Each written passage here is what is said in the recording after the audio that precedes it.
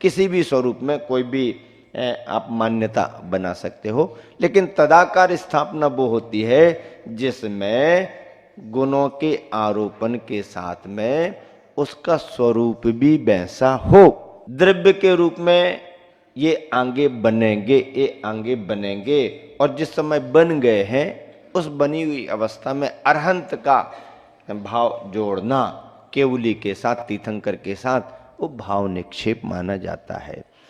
स्थापना निक्षेप की प्रतिमाओं का विधान भरत और ऐरावत क्षेत्र में है, क्योंकि यहां पर पंच कल्याणकों से समन्वित अरहंत जिन बिंबों की स्थापना होती है, स्थापना के जिन बिंब हैं, इतिहास ये कहता है कि जिस समय आदिनाथ भगवान को निर्वाण हो गया तो आदिनाथ से भगवान के निर्वाण के बाद भरत चक्रवर्ती को ऐसा लगा कि अरहंत भगवान का महत्व है, और जो स्वयं साक्षात तीर्थंकर अरहंत थे आदिनाथ प्रभु, उनका तो निर्वाण हो गया, स्मृति कैसे बनाए रखें उनकी। तो ऐसा उल्लेख मिलता है कि भरत चक्रवर्ती ने आदिनाथ को ध्यान में रखते हुए शेष और तीर्थंकर भी इसी तरह से होंगे, इस भाव से 24 जिन बिंबों की स्थापना कराई। 24 जिन बिंबों का भी उल्लेख मिलता है, और त्रिकाल 24 का स्मरण करते हुए 72 जिन बिंब जिनालियों की स्थापना का भी उल्लेख भाव मिलता है। इस तरह से स्थापना निक्षेप का विधि विधान तो 24 के प्रारंभ से ही जुड़ा। हरिसेन चक्रवर्ती के जीवन में संदर्भ आता है कि उसने अपनी मां का भाव पूरा करने के लिए जिस समय उसे चक्रवर्तित्व पना प्राप्त हुआ, पहले उसे बहुत परेशानी भी हुई, उसके बेटे को भी असुविधाएं हुई, चक्रवर्ती बेटे को, वो घर छोड़ करके भी निकल गया, मां का कष्ट देख नहीं पाया। राजघरानों में बहु विवाह प्रथाएं होती हैं, रानियों के आपस में, ये सब देख करके उसे सहन नहीं हुआ तो बिना बताए वो निकल गया। लेकिन सत्ता में उसके पुण्य था, और मां हमेशा भावना भाती रहती थी उसके सामने कि मंदिर बनवाएं, प्रतिमा विराजमान करें, पर ऐसा योग नहीं बन रहा था। बड़े होने पर जब इसको चक्रवर्ती पने का योग बना, रत्न प्रकट हुए, वैभव आया, तो इसको अपनी मां का भाव याद आया, और जगह जगह इसने मंदिर बनवा करके प्रतिमाओं की स्थापना कराई, ऐसा उल्लेख मिलता है। मां को भी सम्मान पूर्वक ला करके प्रतिष्ठा के कार्यों को संपन्न कराया। ऐसे इतिहास हैं। महापुरुषों के साथ भी ऐसा हुआ। मर्यादा पुरुषोत्तम श्री रामचंद्र जी के संदर्भ में भी उल्लेख आता है कि जब अयोध्या से वन गमन करके पहली शाम को रात्रि के लिए उन्होंने विश्राम किया, तो पद्म पुराण ग्रंथ में लिखा है कि मुनि सुब्रत नाथ जिनालय में ही उन्होंने रात्रि विश्राम किया। सारे अयोध्यावासी भी उनके साथ थे, क्योंकि अयोध्या से पहला ही गमन था, और शाम होते होते नदी के किनारे मुनि सुब्रतनाथ जिनालय बना हुआ था, वहां पर विश्राम किया, रात्रि विश्राम किया। ऐसे जिनालयों की परंपरा, निर्माण की परंपरा भी अपन को प्रथमान योग के ग्रंथों में मिलती है, और भी इतिहास भी उल्लेख करता है। स्थापना निक्षेप के बिंब हमारे तुम्हारे लिए ये पूजा प्रतिष्ठा के लिए मिल रहे हैं। मुनि अपने मन में कोई भी कठिन से कठिन आसन लगा लें, किसी भी रूप में लगा लें, और यदि ध्यान एकाग्रता बनती है तो किसी भी आसन में उनको केवल अज्ञान हो सकता। किसी भी आसन में कोई उपसर्ग वाले मुनि हैं, ऊपर से गिरा दिए गए, कैसी अवस्था है, यदि ध्यान एकाग्र हो गया उसी समय केवल ज्ञान हो सकता। कोई मुनि महाराज जी बाढ़ में चपेट में आ गए, नदी में बह गए, कोई भी स्थिति बन सकती है, पर यदि उसमें उनका ध्यान एकाग्र हो गया उस समय भी केवल ज्ञान हो सकता है। पर केवल ज्ञान होने के बाद उसका नियम है कि केवल ज्ञान होते ही उनकी मुद्रा सौम्य हो जाएगी। उपसर्ग के काल में केवल ज्ञान हो रहा है, पैर जल चुका है, हाथ जल रहा है, आधा भाग जल करके गिर गया है, ऐसी अवस्था में यदि किसी मुनि को केवल ज्ञान हो गया और आयु कर्म यदि उनका बचा है तो वो केवली भगवान केवल ज्ञान के अतिशय से, अभी तो अध जला शरीर है पर केवल ज्ञान होते ही केवल ज्ञान के अतिशय में सर्वांग सुंदर हो जाएंगे, उनके अंगों की पूर्ति हो जाएगी यदि आयु कर्म है तो। और उपसर्ग होते होते आयु कर्म ही छीन हो रहा है, आयु कर्म की तीव्र उदीर्णा होने लगी और आयु कर्म की उस उदीर्णा में जबकि आयु कर्म बिल्कुल थोड़ा सा बचा है और यदि उसी समय केवल ज्ञान हुआ तो फिर शरीर भले ही केवल ज्ञान के अतिशय से सर्वांग सुंदर हो जाएगा, पर आयु कर्म क्षीण हो जाने से तुरंत ही उनको निर्वाण हो जाएगा, इसलिए फिर शरीर उनका बचेगा नहीं। क्योंकि मोक्ष में जो भी सिद्धात्मा होते हैं, चाहे उपसर्ग वाले, चाहे बिना उपसर्ग वाले, चाहे अधजले शरीर वाले, चाहे सर्वांग सुंदर अपनी अवस्था वाले, ऐसे कोई भी सिद्ध परमात्मा होते हैं तो उनके आत्म प्रदेश उपसर्ग के काल जैसे अधजले शरीर वाले नहीं रहते हैं। वहां पर असंख्यात प्रदेशों की, उनके शरीराकार की पूर्ण रचना प्रदेशों के रूप में रहती है। ये सिद्धांत है, इसमें कोई कमी हो नहीं सकती है। चाहे खड़गासन मुद्रा में गए हों, चाहे पद्मासन में गए हों, खड़गासन पद्मासन की मुद्राओं में ही मोक्ष होता है और सिद्धालय में उसी रूप में आत्म प्रदेश विराजमान होते हैं।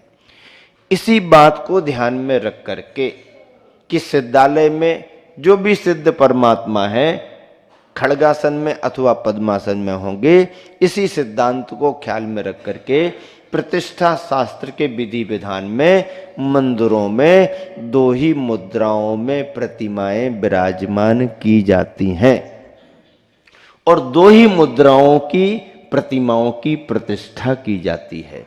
इसके अलावा तीसरी कोई मुद्रा नहीं है जिसमें प्रतिष्ठा हो प्रतिमा की, अथवा ऐसी प्रतिमाएं वेदी पर विराजमान की जाए। तीसरी कोई मुद्रा नहीं, खड़गासन अथवा पद्मासन, यही मुद्रा मान्य है प्रतिष्ठा शास्त्र में। तो ऐसी ही प्रतिमाओं को, तदाकार प्रतिमाओं को बनाते तो शिल्पी हैं, शिल्पी मूर्ति बनाते हैं। शिल्पी क्या बनाते हैं? शिल्पी भगवान नहीं बनाते, शिल्पी मूर्ति बनाते हैं। भगवान कौन बनाता है मूर्तियों के लिए? भगवान भक्त बनाते हैं,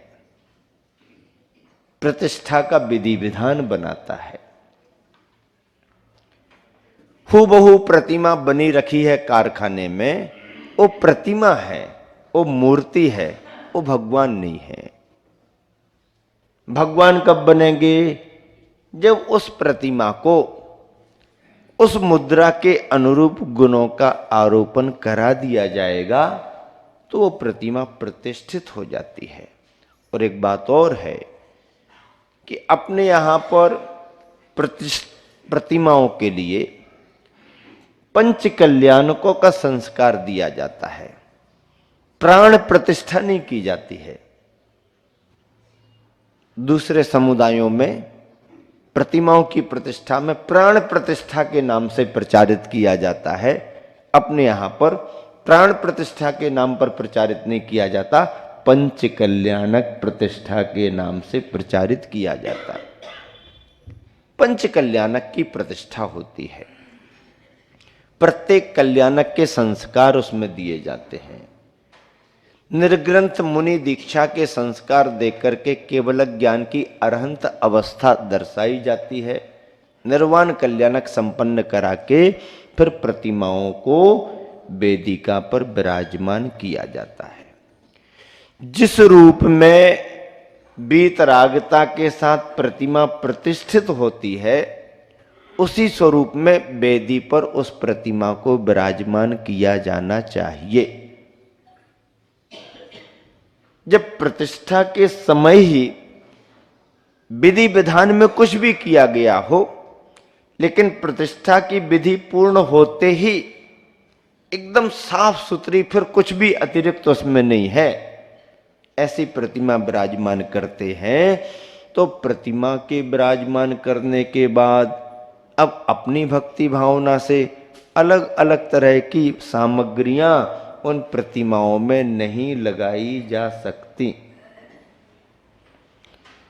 पूजा अभिषेक के बाद में फिर आप साज श्रृंगार के रूप में भी कुछ नहीं कर सकते।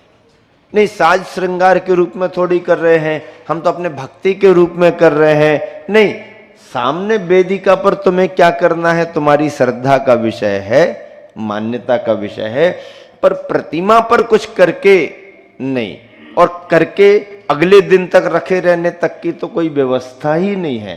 हाँ, अभिषेक के समय जो भी भावना, शुद्ध जलाभिषेक अथवा सुगंध, इसके अलावा कुछ नहीं करना है, कर दो। और मान लो मान्यता बस कुछ और भी करना है, तो जिसकी जो मान्यता हो, जहां जिस देश में जो चलन हो, उतना अभिषेक के समय तो वो कर सकता है अपनी विधि व्यवस्था से। लेकिन अभिषेक होने के बाद जब प्रतिमा का प्रक्षालन कर दिया जाता है, तो प्रक्षाल के बाद उस प्रतिमा में कुछ भी संस्कार नहीं किया जा सकता, करना भी नहीं चाहिए। जिस तरह से प्रतिमा प्रतिष्ठित होती है, बस उसी स्वरूप में ही वेदिका पर प्रतिमा को विराजमान की जानी चाहिए, विराजमान रहती ही है। ये महत्वपूर्ण बिंदु समझने के हैं। और विभिन्न जगहों पर प्रतिमाओं की प्रतिष्ठाएं होती हैं।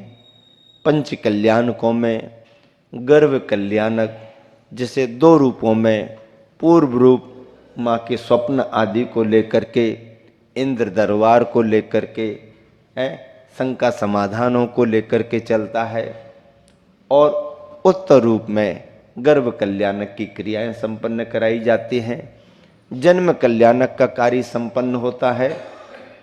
जन्म कल्याणक पर जो जन्मोत्सव होते हैं वह सभी होते हैं। फिर कुमार बालक यौवन को पाक करके फिर सभी कार्य संपन्न करते हुए राजपाट भी स्वीकार करते हैं।